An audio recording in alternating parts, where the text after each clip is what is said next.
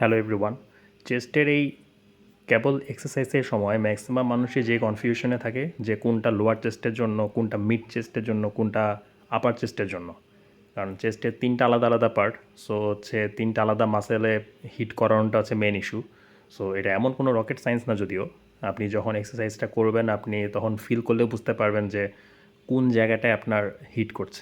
এই যেমন এখানে আপনি যখন it's all about setting the পুলি, আপনি সেট করতেছেন কোন জায়গায়।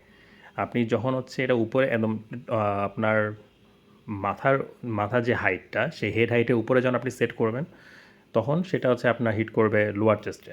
আবার যখন মিড চেস্টের জন্য আপনাকে মিডলে সেট করতে হবে। আর এখন যেটা আপার চেস্টের জন্য আপনাকে এটা ওয়েস্ট হাইট থেকে একটু নিচে সেট করতে হবে। দেন আপনি যখন এক্সারসাইজটা করবেন তখন আপনি অটোমেটিক্যালি ফিল করতে পারবেন যে এটা আপনার আপার চেস্ট মাসেলে হিট করছে। Thank you.